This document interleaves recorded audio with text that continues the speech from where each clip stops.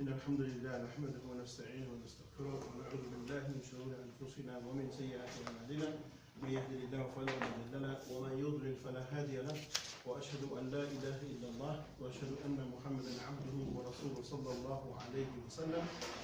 Okay, so let's continue Hadith number 40. The lesson today is going to be quite a straightforward lesson. It's more of a reminder than anything else. So there's going to be not too many note taking, but more of a reminder.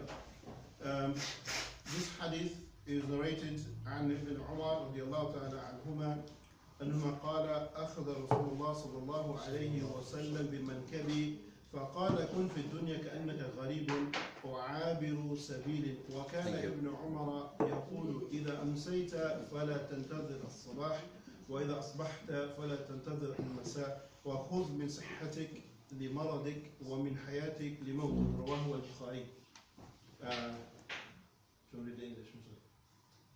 On the authority of Ibn Umar, may Allah be pleased with both of them, who said, Messenger of Allah, peace and blessings of Allah be upon you, took hold of my shoulder and said, be in the world as if you were a stranger or traveller along the path. And Ibn Umar would say, if you survive till the late afternoon, do not expect to be alive in the morning. If you survive till the morning, do not expect to be alive in late afternoon. Take from your health for your sickness and from your life for your death. Okay, very nice. So the hadith is very easy, straightforward, but there are a few things we're going to talk about. The first thing, if we just summarize the hadith we're going to talk about, is the reality of this world. Okay, how does the Quran and Sunnah teach us? What does it teach us about this dunya? What is its relevance and what is its importance? And furthermore, what about the worldly life? So the world itself and how we are to interact with the dunya. So those are our two main discussions. The narrator of the hadith is Abdullah ibn Umar, so the son of Umar ibn al-Khattab. We spoke about him before as well. If we move on to the first part of the hadith where the Prophet ﷺ, he said, before he spoke, he said, or he did, فقال أخذ رسول الله صلى الله عليه وسلم بمنكبي فقال. So the Prophet ﷺ, Abdullah ibn Umar, as you know, was very young when he embraced Islam, and while he was in the process, he was a very young man. So the Prophet, before he gave him these words, he put his hands on his mankab, his shoulder. So he put his hand on his shoulder and he held him, and then he spoke to him. Okay. Now from that we can learn a number of different things. That if there is something important, and we've seen this throughout the 40 hadith, when the Prophet wants to say something important or wants somebody to remember something, he makes a sign or he does something extra as well as the word. So sometimes he will stop, sometimes he will do a sign or something. In this case, he grabbed his shoulder and is about to tell him something. And from here, we can notice the different teaching techniques of the Prophet.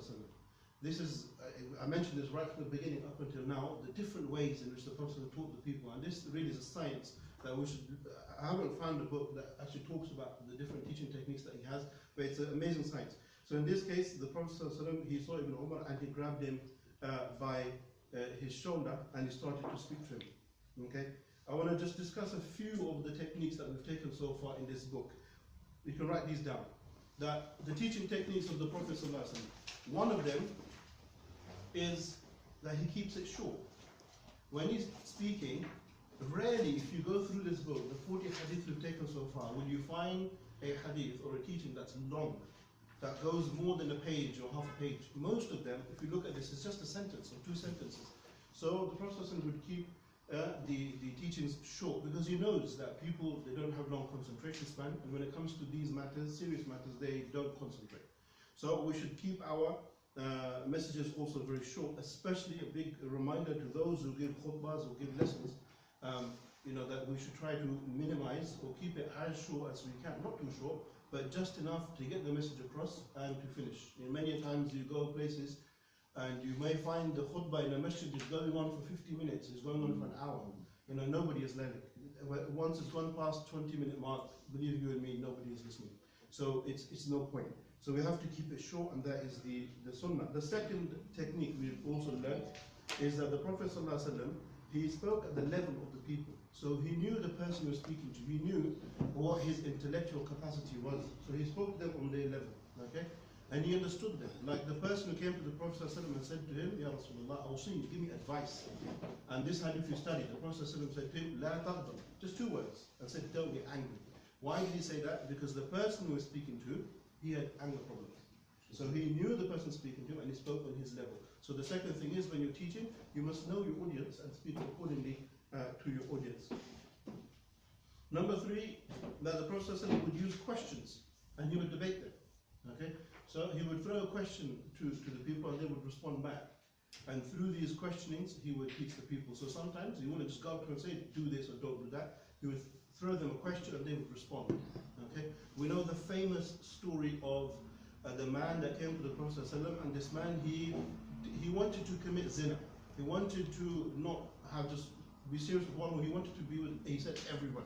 So he went to the Prophet ﷺ and explained. He said, Ya Rasulullah, I have desires and I can't be with one person. I want to be with this person, that person, that. And the Prophet ﷺ listened to him. And when he finished, the Prophet ﷺ drew him closer to him, put his hand on his shoulder, and he said to him, would you like that someone do that to your mother?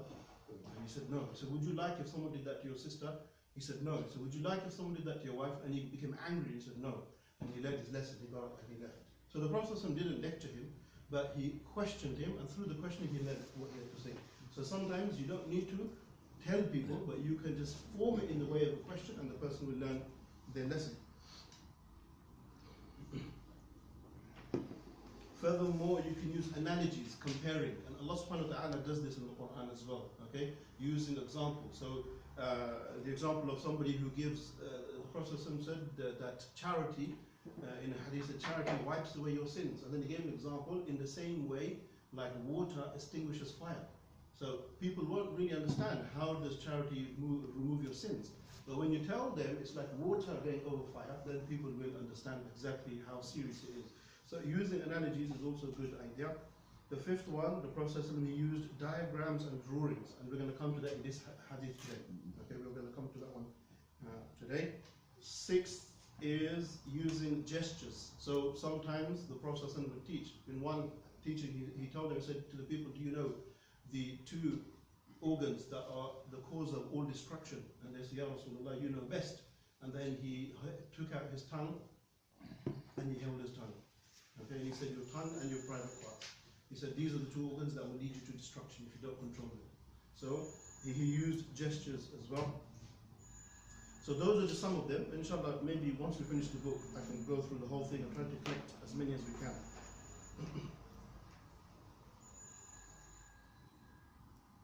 Okay.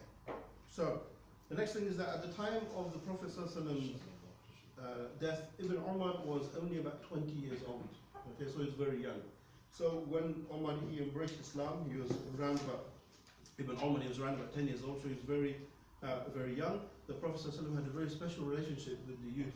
Okay, I'm going to pick up on this a little bit later, but just make note of this. Some of the younger companions, the Prophet ﷺ had a very, very good relationship with the young companions, like that of Ibn Umar, who embraced Islam at the age of 10 roughly. And then you have Zayd bin Thabit, okay, who was 11 years old when he wanted to join the Battle of Badr, but the Prophet ﷺ didn't give him permission. 11 years old. And then you have others like Usama bin Zayd, okay, Usama bin Zayd, who was about 10 years old when he entered Islam, and he was less than 20 when he was leading armies. Okay, he was less than 20 when he was leading armies, yet hundreds of people behind him and marching forward. Less than 20 years old. What do our 20 years old do today? And then you also have Musab ibn Umayr. Musab ibn Umayr, we know his story, and we'll go through that one day as well. Musab ibn Umayr, very wealthy, handsome. He had everything that he could ever want in his life. Okay, and at a young age, less than 20, he embraced Islam and he died shaheed in the battle of Uhud. Okay, where he could have lived, Allah knows best, but he could have lived a very comfortable life, being one of the most powerful people of his community, but he chose to embrace Islam, and in his sincerity, Allah subhanahu wa ta'ala accepted him as one of the shuhada.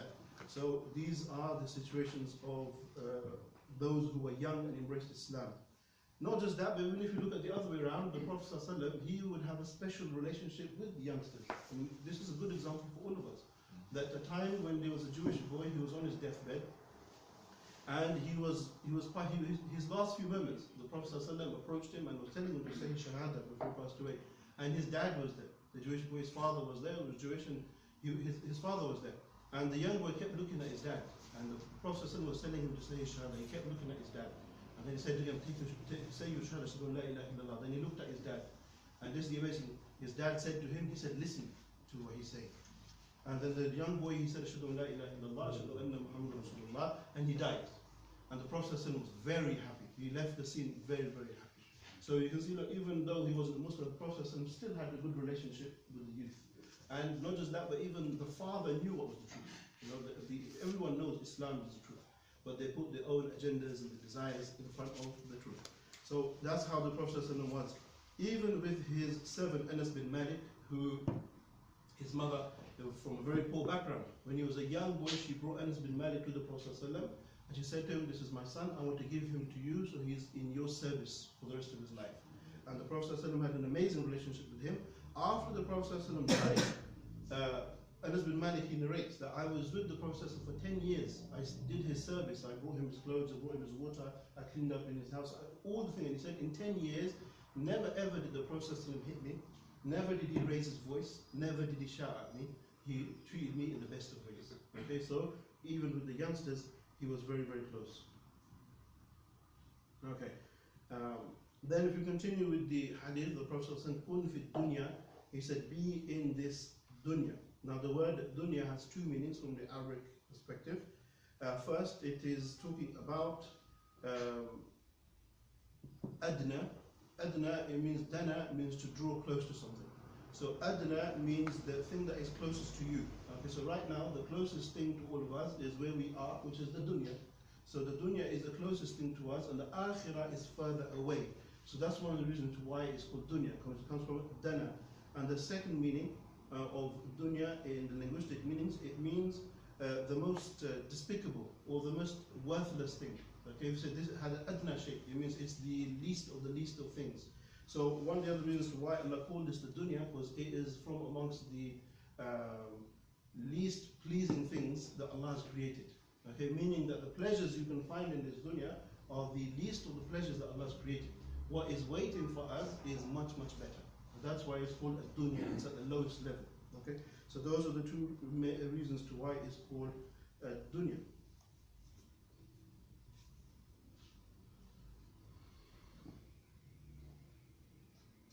Okay, so this is why the Prophet in this hadith is teaching us our relationship with this dunya. It should not be one where all of our hopes and ambitions are attached to this dunya. When something goes wrong, we lose all of our hope and we lose all of our goals that we have, and we become depressed. And one of the reasons, or one of the consequences of people who do tie all of their hopes and ambitions to the dunya and have no thought of the akhirah is they become depressed. And depression, if it's not treated, many times it can lead to suicidal tendencies, because people, they have lost hope. They've got nothing to look forward to. So now if we come to looking at the concept of the dunya, how does Allah subhanahu wa ta'ala want us to view this dunya?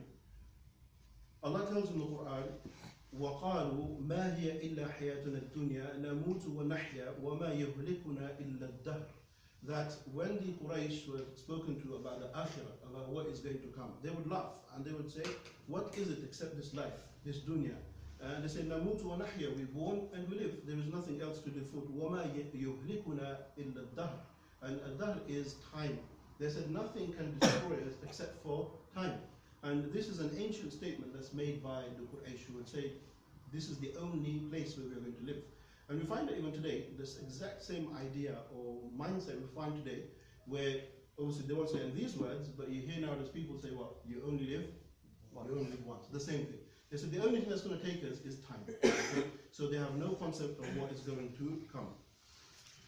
Furthermore, the importance of the akhirah and the importance of the dunya, the very last verse that was revealed in the Quran was in Surah Al-Baqarah, verse 281. That was the last thing to be revealed to the Muslims. And the Prophet ﷺ in this, he revealed to us, وَاتَّقُوا يَوْمًا تُرْجَعُونَ فِيهِ إِلَى اللَّهِ ثُمَّ تُوَفَّى كُلُّ نَفْسٍ مَا كَسَبَتْ وَهُمْ لَا يُظْلَمُونَ. The very last verse to be revealed was, the Prophet ﷺ said, fear, وَاتَّقُوا يَوْمًا, that day, تُرْجَعُونَ فِيهِ إِلَى اللَّهِ, the day you are going to return to Allah. On the very last verse, he didn't talk to us about matters about economics or politics or sociology, nothing. He brought us back to the main matter. The main matter, and that is what? That you are going to return to Allah.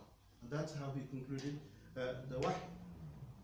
At the same time, even though we are talking about the dunya and how it's very little in the sight of Allah, Allah subhanahu wa ta'ala also, He did say, وَلَا تَنْسَى نَصِيبَكَ مِنَ الدُّنْيا, and do not forget your portion of this dunya. So even though you are here, it doesn't mean that we go live in the deserts or the jungles and we don't involve ourselves in the dunya.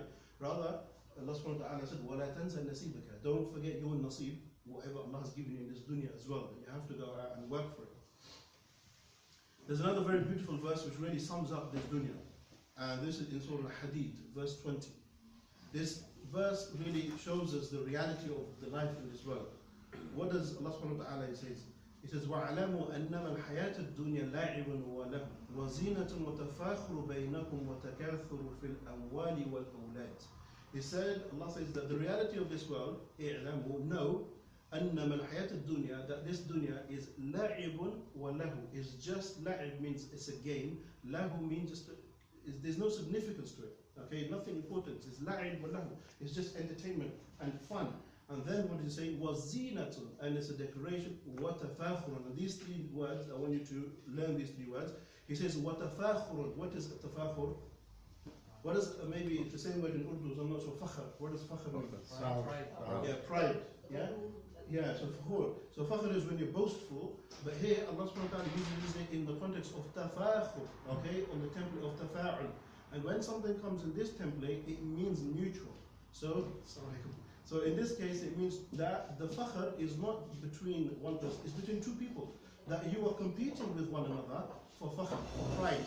Okay, when one person does something, you want to do it better. You want more than what that person is. Allah says, وَزِينَةٌ وَتَفَاخُرٌ بَيْنَكُمْ, that you constantly are competing with one another out of pride and out of boastfulness.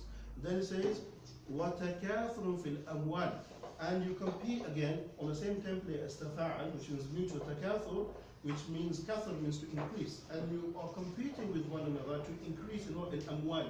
That if somebody is earning this much, you want to earn that much. If somebody has a new car, you want an even better car. You are constantly competing with one another in wealth, so mutual competition. And then the last one says, وَتَكَاثُرٌ فِي الْأَمْوَالِ وَالْأَوْلَادِ. Okay? So تَكَاثُرٌ فِي الْأَمْوَالِ وَالْأَوْلَادِ, meaning you're also competing with one another with children as well. Okay? So this is the reality of the dunya. Allah subhanahu wa ta'ala, He tells us that this is how people interact here. The verse continues, and here Allah subhanahu wa ta'ala says, كَمَثَلِ غَيْثٍ أَعْجَبَ الْكُفَّارَ نَبَاتُهُ ثُمَّ يُهِيجُ فَتَرَاهُ مُصْفَرًّا ثُمَّ يَكُونُ حُطَامًا. And he said the example of people who love this dunya, the example of the kuffar, that when it rains, okay, you have to imagine yourself now as a farmer, because those living in the cities, you won't understand this, but imagine yourself living in the village, that when the rain comes and all your harvest comes, you become very excited. So Allah subhanahu wa ta'ala said the example of this person who takes the dunya this seriously, enjoys it so much, is like the example of a person who's waiting for the rain to drop. Just one rain, and when that one rain drops, he becomes so excited because that's what he's been waiting for. But it's just one bit of rain. When that rain finishes, what's going to happen? Dry. It's going to go dry again. But he doesn't see that. He just sees that one bit of rain, and that's what makes him happy. The same thing as the dunya. It's one bit of pleasure, but there's more to come. But if you invest in just this one, you will not have another harvest which is going to follow. So Allah gives us that beautiful example. Furthermore, the Prophet ﷺ, he talks to us about the concept of ibadah. Now, many times we may think that ibadah is just the prayers or the fast and so on and so forth, but ibadah in a nutshell means obedience, submitting to that which you obey. So if a person, whatever he thinks of in the morning, or he thinks about night time, what motivates him to do things, that's his ibadah, that's what he worships. It doesn't necessarily mean that it's a statue or it's a god in the way we see it. So ibadah is that which you obey. So it can be an idol, it can be an ideology, anything that you submit to is a form of a god. So the Prophet ﷺ, he said, تَعِسَ أَبْدُ الدِّنَارِ وَأَبْدُ الدِّرْهَمْ وَعَبْدُ الْخَمِيصَةِ. He said, destroyed is ta'isa abdul dinar. Abd is the slave, and the dinar is, what we would say is the pound. So he said, cursed is the worshipper of the pound. The one, all he thinks about is money. That's it. He goes to sleep, money. He wakes up, money. He goes out, money. Everything is money. All his head is just constantly with money. And the Prophet said, ta'isa abdul dinar wa abdul dirham. that the one who worships money, he is cursed and he is destroyed. وَعَبْدُ الْخَمِيصَةِ, and the khamisa is described as the person who all he cares about is new clothes. He's thinking about what he's going to buy next, what clothes he wants the latest trends. All he concerns about is checking what clothes are out there, what material does he want. He's Abdul Khamisa, he's only concerned about that. He said, in a'ta radiya wa in mana'a sakhata, that if this person is given something out of wealth, so he becomes happy, radiya. Wa in mana'a sakhata, that if the wealth or whatever is withheld from him, he becomes angry, he starts to misbehave, because that's where all of his focus is. So once again we can see how Allah subhanahu wa ta'ala or the Prophet is teaching us about the dunya. The Prophet further warned us about the pleasures of this dunya. He said, "Inna dunya hulwatun khadira." The dunya, it looks green and it looks luxurious, but be careful, it's just temporary. It's not a real green and it's not a real pleasure. Then Allah subhanahu wa ta'ala tells us, وَإِنَّ اللَّهَ مُسْتَخْلِفُكُمْ فِيهَا, that Allah has put you on this earth, mustakhlif, okay, like a khalif. Allah has put you on this earth.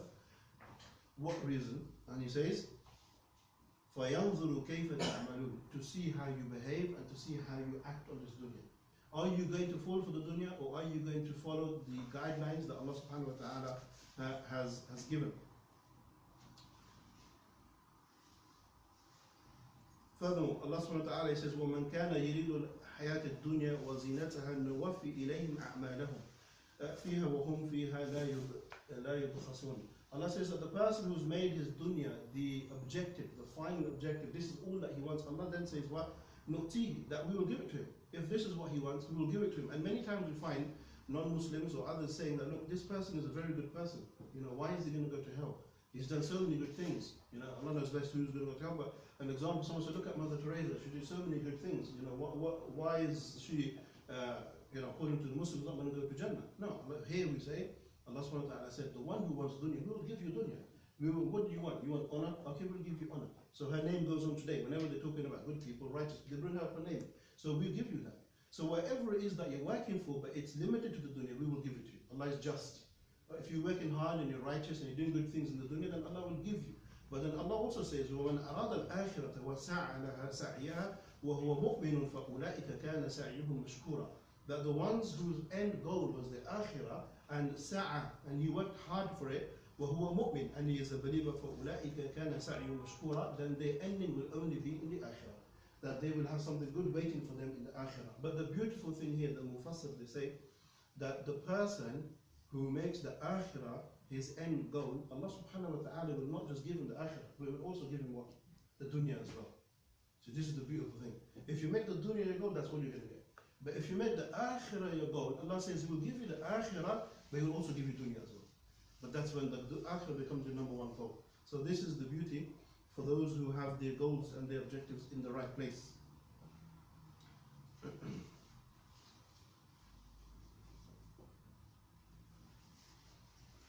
Okay, furthermore, in the akhirah, when we are going to meet Allah subhanahu wa ta'ala, Allah describes the people and their attitude towards the meeting with Allah. Allah says, إِنَّ الَّذِينَ لَا يَرْجُونَ لِقَاءَنَا وَرَضُوا بِالْحَيَاةِ الدُّنْيَا وَاطْمَأَنُّوا بِهَا وَالَّذِينَ هُمْ عَنْ آيَاتِنَا غَافِلُونَ أُولَٰئِكَ مَأْوَاهُمُ النَّارُ بِمَا كَانُوا يَكْسِبُونَ.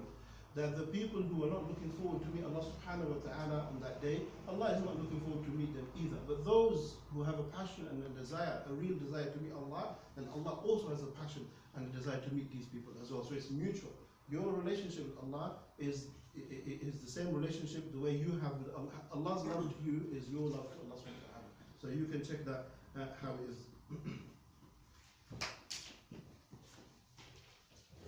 Okay.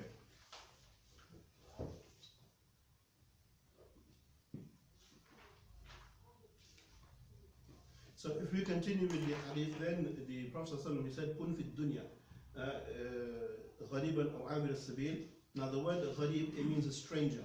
So the Prophet ﷺ is telling us, so you can underline that word in the hadith, that be a stranger in this dunya. You are going to be a stranger or a traveler. So let's have a look at the word stranger first. Okay, so if somebody is strange somewhere, naturally, this is what the Prophet is teaching us, that if you're strange somewhere, then you're never going to become too comfortable in that area. You're never going to want to settle in that area. You know that you're going somewhere. You're going home.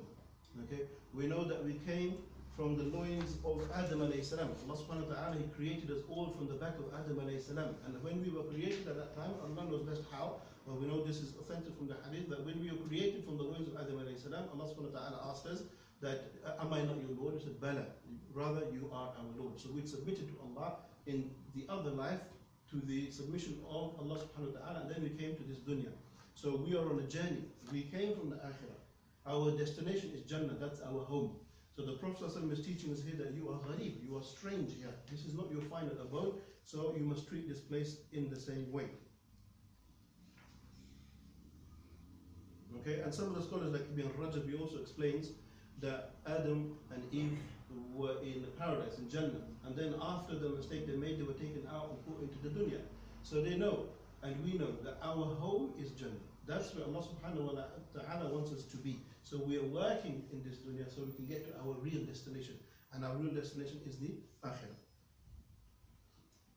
And at the same time, like we said, in order to get to the akhirah, even though we are going to be gharib in this dunya, we're going to be strange, okay? We're not going to be like everybody else, we're going to be a little bit different. That the scholars also tell us, Ibn Rajab explains, that this also involves work. How are you going to get to the akhirah? It's not just an automatic process. You have to work in this dunya. So you have to put effort into creating your akhirah. Okay, so your effort into creating your property, your luxury that you're going to have in the akhirah is only done once you put the effort in this dunya. Okay, so the Prophet said we are strange in this world, and also he said you are, what was the second word he said? Traveler. Traveler. Yeah, what's the Arabic term?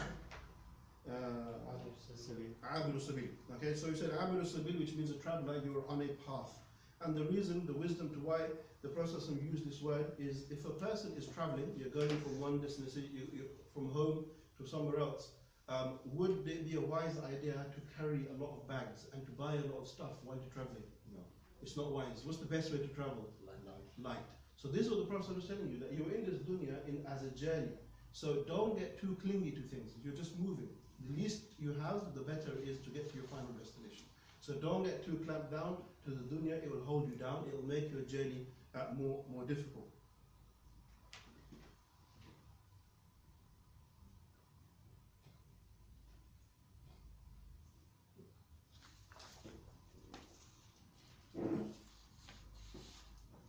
Okay. Also, the scholars explain that when we look at this Abiru Sabil, that you are on a journey. If you're a traveler, what are some of the things that you're afraid of happening to you while you're traveling? Getting robbed. Getting robbed or getting lost. Yeah, two things. Now, getting lost means you've lost sight of your destination. Okay, so our destination is the akhirah, is Jannah. So a person can become so distracted with the world and everything inside it, the money and all the fame and glory, that you can become so busy you will forget the akhirah, you will forget your goal, and then you'll become lost. And this is very possible, that you have a track, you're going somewhere, but you become so distracted you lose the akhirah, you lose it. Even though as Muslims we know, in our head, in the back of our head, that we're going to meet Allah. But the reality, if you check yourself, you're actually lost. You actually know, because if you knew, your life would be very different. So that's one thing, getting lost. The second thing, like the Prophet said, is getting robbed or getting distracted, being sidetracked. Okay, and who is it that wants to sidetrack us from our final goal? Shaitan. Okay, so Allah subhanahu wa ta'ala says, Ya ayyuhalladhina amanu udkhulu fi silmi kaffa wa la tattabi'u khutuwat ash-shaytan. And this ayah, I want to look at khutuwat ash-shaytan, because Allah could have said, La tattabi'u shaytan. Don't follow the shaitan. But that's too easy. Because if shaitan comes to you and says to you, do this and you'll go to hell, you'll never follow him. If he said to you, do this and you commit major shirk, you will never do it. But Allah says, khutuwat ash-shaytan, meaning what's a khutwa? Instruction, or what's a khutwa in Arabic? Footsteps. A footstep. So that is just a footstep. La tadkhulu khutuwat ash-shaytan. You take one small step, it's finished. Yeah, if you draw a straight line in the ground, okay, and then you get a protractor and you go off 1 degree, just 1 degree, okay, keep continuing on that line for about a kilometer. After a kilometer, check where you are. Are you going to be near that straight line or very far away? Very far away, okay? That's 1 kilometer. Put that 10 years or 20 years or 30 years, however long the person's life is, there's a massive difference between where those two people will end up. So that's why Allah subhanahu wa ta'ala, He used khutuwat al-shaytan. The very small tricks that He puts in front of you to distract you from the truth, they are the ones that are going to take you far away. So we have to be careful. Allah says, Ya ayyuhalladhina amanu udkhulu fi silmi kaffa, enter into Islam completely. Not partially, not 99%, not 85%, 100% submission to Allah, and do not follow in the footsteps of shaitan. Innahu lakum aduwwun mubin. Verily, he is your enemy, and he wants to take you to hell. So we have to be aware of that. Inshallah, we can have a dars on that as well, khutuwat al-shaytan. How the shaitan tricks people, okay, into committing such crimes. Even the Prophet sallallahu alaihi wasallam, he's guaranteed Jannah. He is the best of people. And what was one of the most popular du'as he used to make? Ya muqallib al-qulub, thabbit qalbi ala dinik. Okay, even he used to say, oh revolver of the hearts, make my heart firm on your deen. And this is the Prophet. So what about me and you? Okay, what about me and you who, whenever we step outside, there's thousands of fitna just waiting for us. We go to work, we go out using the trains, constantly engaged. We're a minority amongst a majority of people who don't believe in Allah subhanahu wa ta'ala, always being challenged. So where does our heart stand? Where is our thabat, our steadfastness in the deen? So we should always learn this dua and say it as well. And be careful not to follow shaitan, but in the khutuwat of shaitan. Okay? Those things that lead us to making mistakes. Also, it teaches us that Allah, He has kept the door of tawbah open to everybody. If somebody has made a mistake or has committed a sin, it doesn't mean he's destroyed. Allah subhanahu wa ta'ala will forgive you. Allah forgives everybody of any mistake they made, as long as you repent before He dies. Ya ayyuhalladhina amanu tubu ila Allahi tawbatan nasuha. Turn to Allah and Allah will forgive you. Look at the likes of Umar ibn Khattab. When he wasn't Muslim, he was one of the most you can say one of the most evil people around. People are afraid of him. He used to beat you up, he used to cause people harm, he used to cause trouble. Even he says he buried his own daughter alive. He buried his own daughter alive. And we see that even before Islam, he was on the complete opposite side. But when he repented for his sins and he saw the reality, he turned his life around completely. And to the point where the Prophet ﷺ said, if there was to be a prophet after me, which we know there is none, he would say it would be Umar, because his foresight in the deen was so much. He was so intelligent.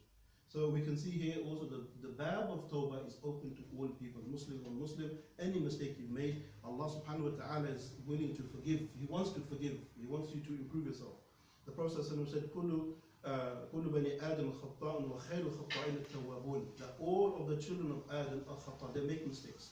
No one is perfect.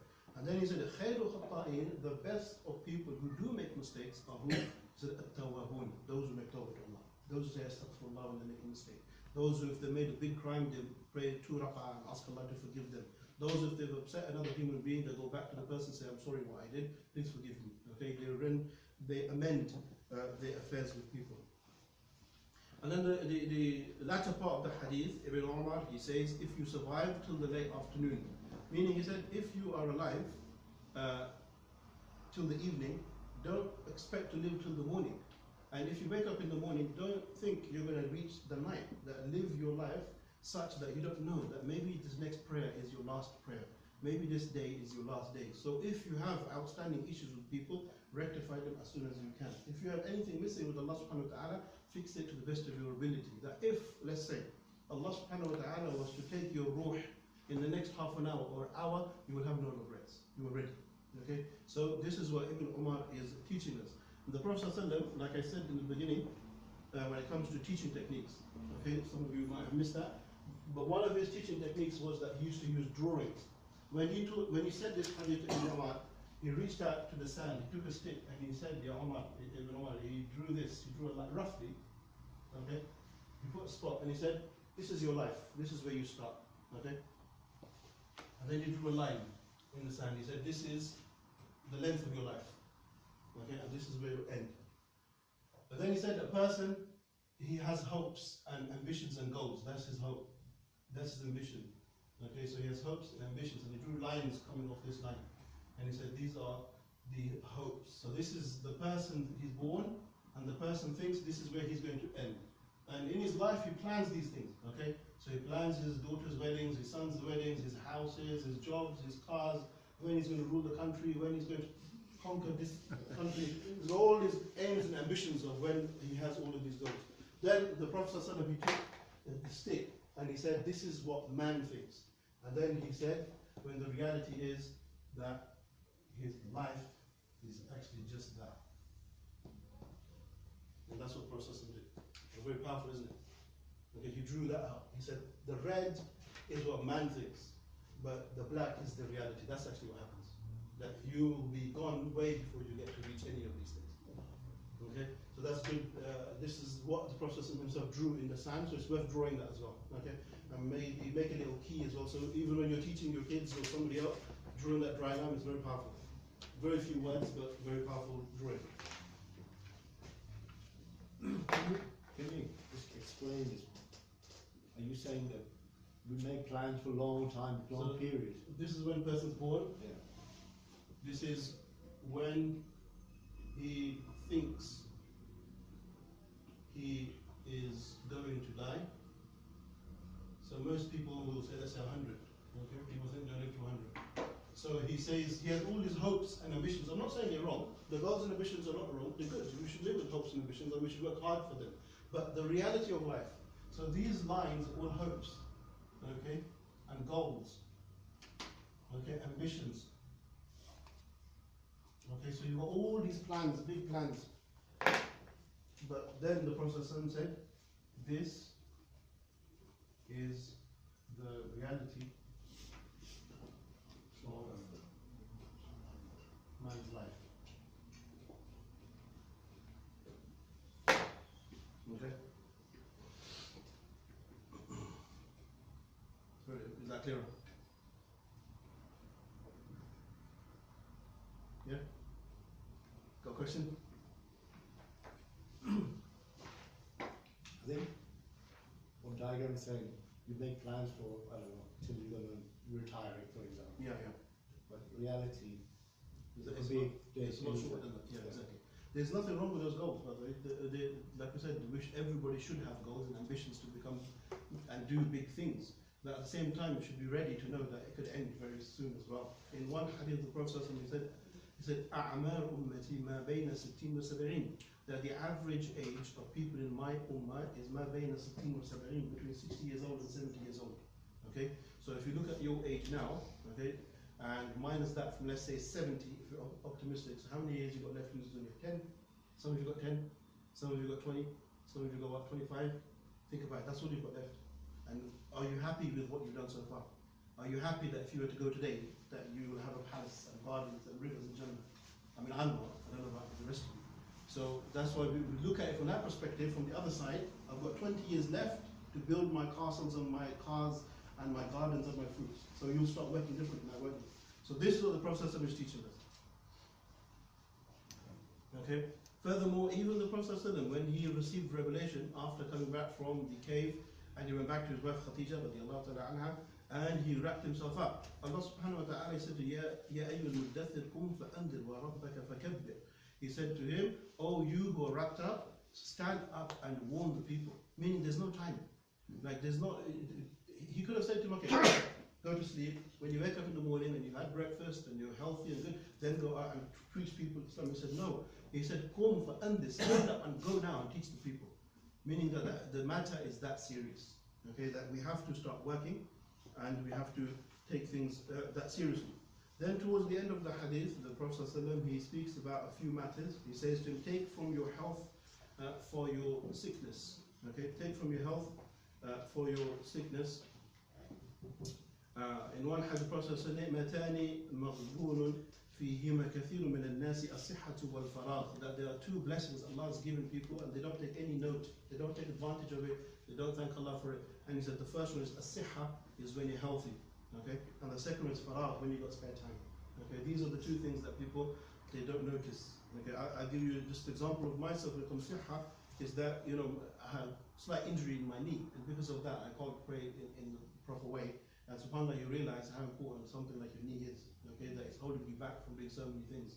Or your eyesight, maybe you've lost elements of your eyesight. You find it difficult now to read or to do things that you normally used to do. So always remember that if you're healthy, take advantage of your health before Allah takes that away from you. And faragh, if you've got spare time, especially youngsters, if you've got spare time, before you get married and then you have children, and then you've got all sorts of other responsibilities, take advantage of that time. This is the time to do all the things that you want to do, set up your foundation, set up yourself so that when in the future you'll be a little bit more comfortable. In another hadith, the Prophet said, "Ikhtanim khamsan qabla khams," take advantage of 5 before 5. He said, "Hayatuka qabla mawtika," take advantage of your life before you die. He said, "Wasihhatuka qabla sakhamik," that your health before you become ill. "Wa qabla shughlik," your spare time before you become busy. "Wa qabla harmik," that your youth before you become old. "Wa ghinaka qabla faqrik," that your wealth before you become poor. Okay, and wealth is an important one because you don't know. Some days you have money and some days you don't have money. Okay, so now maybe you have the ability to give charity. In 5 years' time, maybe your situation will be very different and you won't be able to do it, and then you'll be regretting why you didn't do it at that time. So take advantage of all of those things. So from amongst them is wealth. Allah subhanahu wa ta'ala, he says, وَعَلَمُوا أَنَّمَا أَمْوَالُكُمْ وَأَوْلَادُكُمْ فِتْنَةٌ وَأَنَّ اللَّهَ عِنْدَهُ أَجْرٌ عَظِيمٌ. So very easy. First starting off with amwal. Okay, how can amwal be a fitna? It's an easy question. Give me 1 or 2 ways how wealth can be a fitna. We spend it in the wrong way, or You chase it. you chase it, okay, and you forget your other things, or even you earn it in a haram way. Okay, so two things Allah's going to ask us about our wealth is how you earned it and how you spent it. Okay, 2 very important questions about money. So that's one thing. Furthermore, Allah subhanahu wa ta'ala says, أَوْلَادُكُمْ fitna, that your children, your wives, your husbands, they are a fitna. How can they be a fitna? Distraction. They're not good, they're a distraction, yeah? Yeah, exactly, okay? You sometimes do wrong things just to save. Good, okay? Sometimes you can do wrong things for your children, yeah? Just so they get an education, just so they have some money. People sometimes will do haram things just so they can put food in the mouths of their children. Okay, so one, we have to be careful as well. Or sometimes maybe you have a bad husband, okay, or you have a bad wife. Okay, the husband refuses to pray, refuses to do good things, is always holding you back. You want to go to a lecture, he doesn't want to wake up on time. You want to go somewhere, he doesn't drive you there. You want to go for Hajj, you have no mahram, and he's too lazy to go for Hajj. You have all sorts of problems. Okay, or the other way around, where the man is good but the wife is bad, so he's always constantly trying to help her or improve her, and she's holding him back. Okay, so she can also be a fitna as well. So that's one of the ways.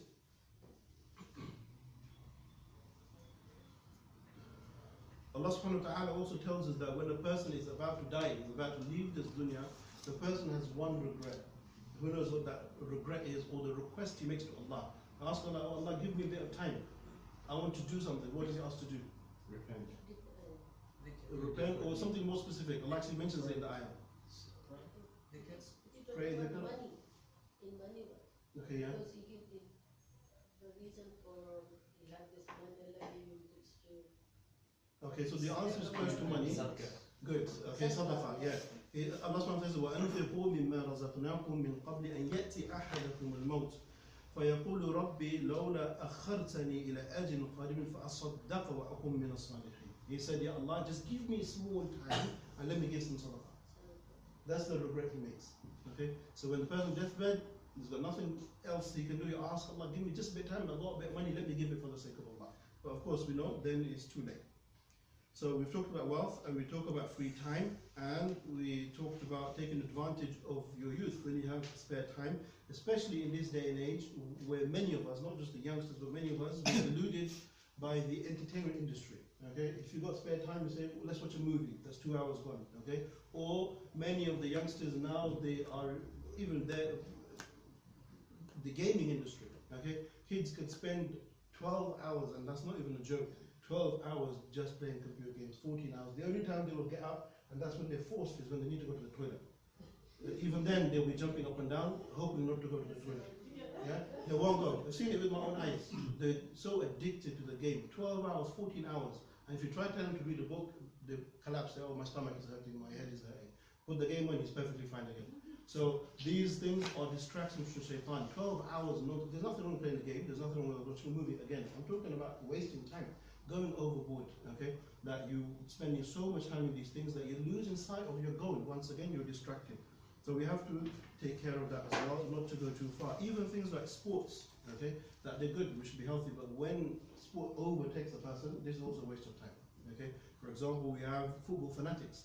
So they're playing football, but at the same time they support a team, and they're always constantly engaged. They spend at least 2-3 hours every day just following their team. Like it's like a type of worship. Like they're so involved in that they could do other things. There's nothing wrong with football. There's nothing wrong with supporting the team. Then you could do that, but don't let it overtake you. Okay, don't let it overtake you. Okay, so the next one then is health. Okay, we talked about health, so let's move on to the other part, the last part where he spoke about youth. Okay, where we should take advantage of our youth before old age. And wallahi, when you look at the time of the Sahaba, and you look at the youth at that time, and you look at the youth of today, there is no comparison. Like, it's almost like you're talking about two different species, humans and now aliens, something else. The youth that we're talking about, okay, look at Ibn Umar at the age of 10 and 11, you know, accepting Islam and asking the Prophet that he wants to join the Battle of Badr. Which 11-year-old wants to, like, if he was allowed to want to join the battle? He wouldn't even know how to change his clothes, let alone going to the Battle of Badr. He'd be crying, asking his mom to bring him his trousers. So 11 years old, joining the Battle of Badr. Look at, in the Battle of Badr, there were two young boys, and I'll leave you who can tell me the names of these two young boys. They came up to Abdurrahman bin Auf, and they were from Medina, and they knew that Abu Jahl was amongst the disbelievers, and they heard that he's been mocking the Prophet ﷺ, that he's been, he wants to kill the Prophet ﷺ. These two young boys, one is 10, one is 11, they went and saw Abdurrahman bin Auf in the battle, and they started pulling on him and said to him, they couldn't even, they were tiny, pulling on him and said, where is Abu Jahl? What does he look like? And Abdurrahman said to him, what do you two want? This is not your area, what do you want? And they said, no, we've heard that he's insulted the Prophet ﷺ, and we're not going to leave until either we kill him or he kills us. And then they went into the battlefield. Who knows the name of these two boys? Yeah. Mu'az and Mu'awwidh. Yeah, Mu'az and Mu'awwidh, two brothers. Okay, so two of them, one was 10 and one was 11. They went into the battle of Badr. They knew Abu Jahl was there, and they went in looking for him. And it said that they actually did strike him, and they were the cause of his death as well. So once again, showing you at the age of 10, 11, the love they had for Islam, the love for the Prophet was that much. They didn't even care about whether they live or die. They were more concerned about the Prophet sallallahu alaihi wasallam. We also spoke about another young companion by the name of Usama bin Zayd, who was appointed to lead one of the greatest Muslim armies. Okay, and these armies, they included people like Abu Bakr and Umar who were inside. He was only 18 years old. So 18-year-old boy, Usama bin Zayd, was leading people like Abu Bakr and Umar. Okay, 18-year-olds, subhanAllah. And then even if we look at those who excelled in knowledge, not just in the fighting area, but even in knowledge, people like Ibn Mas'ud, very young boy, and the Prophet made dua for him, okay, and he became very knowledgeable in hadith and in tafsir. Ibn Abbas, we spoke about as well, okay, Ibn Umar, and not just that, but his wife Aisha, okay, she was very young when he married her, and when he passed away, she was 18 or 19, and she learned so much, okay, she's second when it comes to the teaching and memorization of hadith.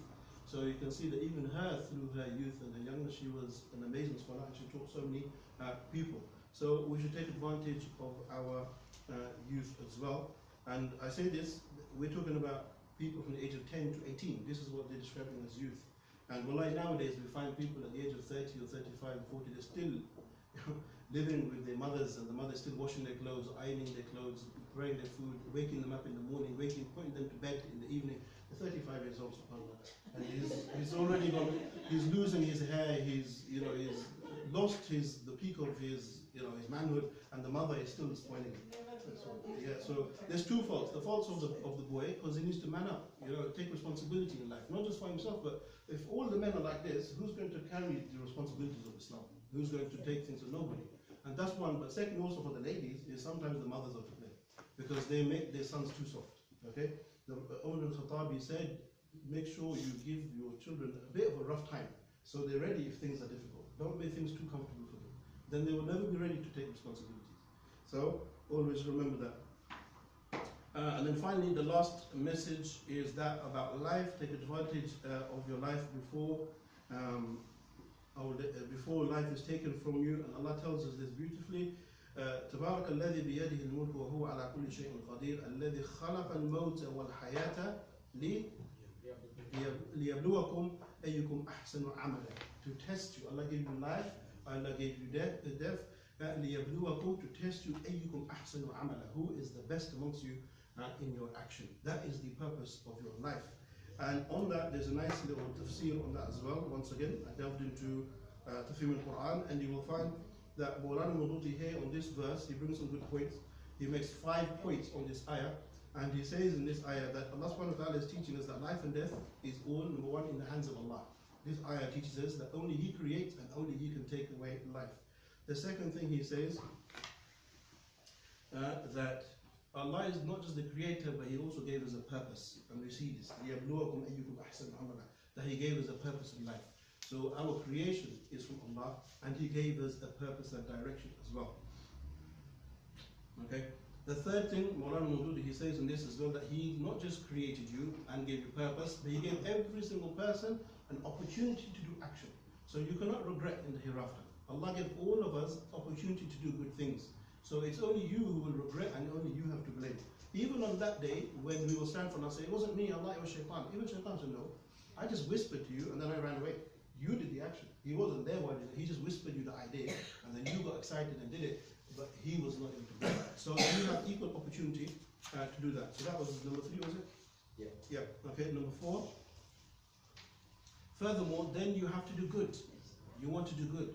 So Allah subhanahu wa ta'ala will decide who has done good and who has done evil. Okay, who has done good and who has done evil. Okay, and this good, what is good, is determined by Allah subhanahu wa ta'ala. That the good, that you have the opportunity to do good, but what is good? How do you know what is good? Okay, He says that is done when man acquires knowledge. He understands what Allah wants from him. So only then will you know what is good. Otherwise, you will not know what's right and what's wrong. And then finally, the 5th point Mawlana Mawdudi brings out is that every person will be given that according to what he has done. So the amount of effort you have put in is what you will get at the end. Okay, what goes in is what will come out. And the final thing, okay, the final thing, everybody knows this, but it's always a good reminder.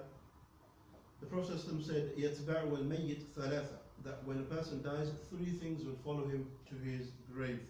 فَيَرْجِعُ إِثْنَانِ وَيَبْقَى مَعَهُ وَاحِدٌ. 2 of those things will come back, and 1 of them will remain with him in his grave. And he said, وَاحِدٌ يَتْبَعُ أَهْلُهُ وَمَالُهُ, that his family will follow him to the grave, okay, and they will come back. وَمَالُهُ وَعَمَلُهُ, his wealth will also follow him to his grave. But those 2 things, his family and his wealth, they're going to go back, okay? And whatever family is left behind, maybe the wife, she will remarry and continue with life. If it's a man, he will remarry and continue with life. Somebody else will be living in a house that he's been working hard for. Somebody else may raise his children. Whatever will happen. But Allah says the family will come back and the wealth will come back. فَيَرْجِعُ أَهْلُهُ وَمَالُهُ وَيَبْقَى عَمَلُهُ. The only thing that will remain with him is his actions, the amal that he has done in this life. Okay, and we just to add to that as well, we know that. The Prophet ﷺ also told us that when we enter into our graves, everything will finish. We will not have any reward or any other actions coming to us except for 3. Okay, you know this as well, just a reminder that the 3 things that will benefit you while you're in your grave. So what was the first one? Everyone knows this, I'm just reminding you. Prayer. Okay, so the first thing that he said, no, the 3 things that, so sadaqah jariyah, okay, the first thing that, good.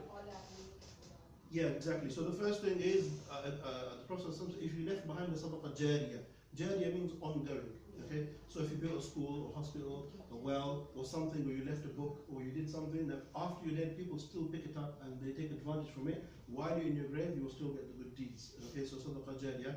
The second, he said, is ilm. If you left behind knowledge, okay? You taught people, you established something in your community, you did something, that knowledge, if you leave behind, while you're in your grave, you will get good deeds. And the last thing he said, and in my opinion, the most important, is he said, if you left behind a son or a daughter, that while you're gone, they will make dua for you.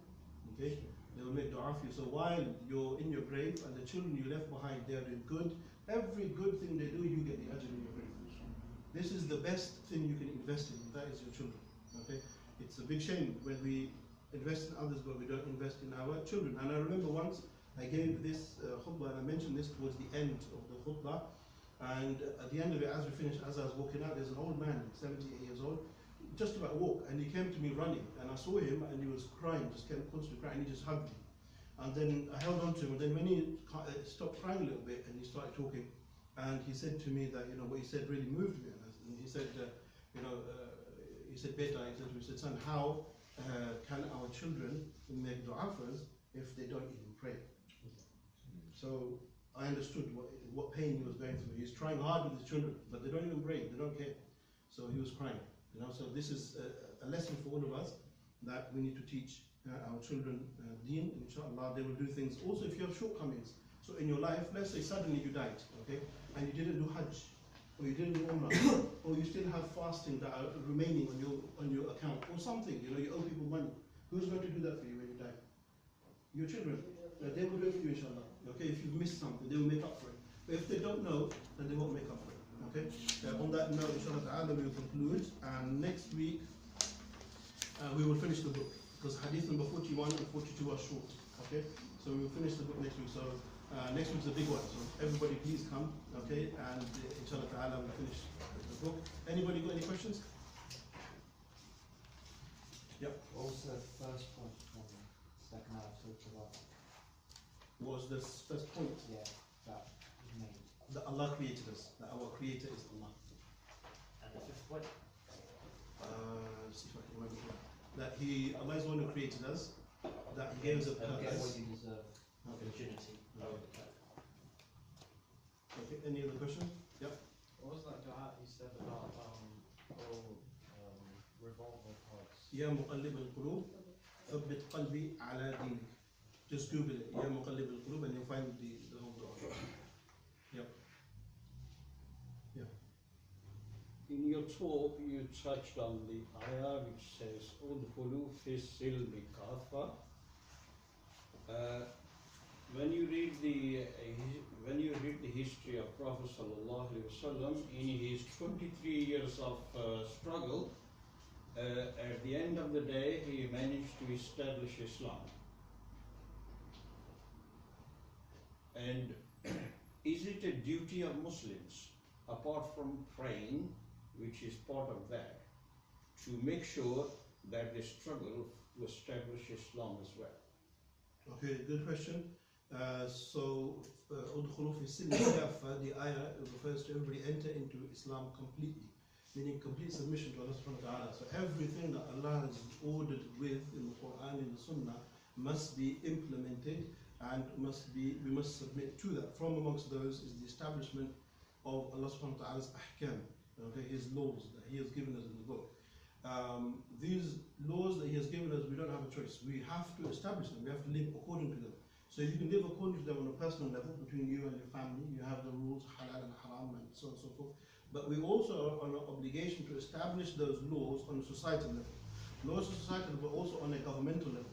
Okay, because that's the whole point. Why would Allah send a law, and this law is just to be kept inside a book? A law is to be implemented. Okay, and who implements the law is those who are in positions of power. Those who are people like judges, the qada, or people like. Then you have. So when a judge gives verdicts, or those who make laws, who are the people who enforce laws? I'll just give you the answer. Who are the people who enforce law? Who's the police? Law enforcement officer. That's what they call it, isn't it? So police. So they implement the law. So all of these things are part of a way of life, a system. And Islam has left us with a system, and that is the establishment of His deen, His laws as well, His governance. And that also is a responsibility of the ummah. Now, is there an obligation on every single person to make sure they do that? Or is it an obligation upon the community as a whole, as the ummah as a whole? Of course, it's the obligation on the community as a whole. So we have to learn the obligation and learn what things are obligatory upon us to establish in our communities as minorities or in predominantly Muslim countries, to work to establish the laws and the deen of Allah subhanahu wa ta'ala as well. Okay? But in the political sense, isn't this hadith kind of talking against that? Because it says be like a stranger. But then if you're in politics, you can't really be a stranger. You actually have to be very upfront and, approachable. But this is the misconception. When you be a stranger, it doesn't mean strangers in people can't talk to you or can't approach you or nothing. No, you should be approachable, likable, but strangers meaning that you don't cling on to it. So, example, that if you're a minister, okay, let's say you are the treasurer, okay, so you've got all your hands on the money, so you could still be a stranger. And the hadith still applies, meaning that the wealth that you are responsible for is the wealth of the people. So you don't put your hands in it. you keep it for the people. You're still implementing the hadith, you're still a stranger. Because if you then put that wealth in your pocket and then you sit on that chair and kill anyone who tries to come near you, then you've gone opposite of the hadith. Okay? So yeah, you can still be a stranger even though these things apply. Any other questions? Okay, shall I? Yeah.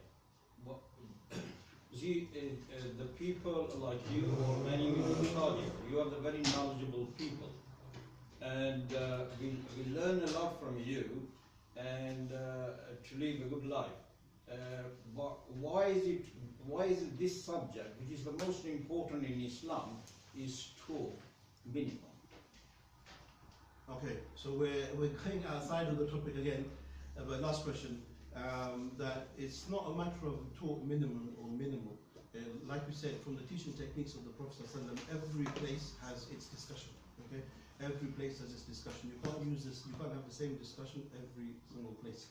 If you, depending on the people you're talking to, depending on the circumstances, depending on your strength, you talk about certain subjects. So for where we are and what we are doing, this is what I feel is an obligation from us, from Allah. And inshallah ta'ala, as we develop and as we understand things deeper, then we can move forward. Even the Prophet ﷺ, when he spoke and taught his companions, okay, he didn't, on the day he received revelation, Iqra, he didn't the next day teach everyone to establish a system. He didn't do that.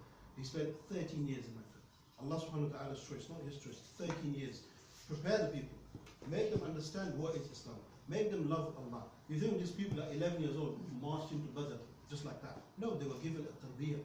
We're not talking about education. We're not talking about knowledge. This is different. It's tarbiyah, meaning your hearts are molded around the deen, that you're ready to receive and do action.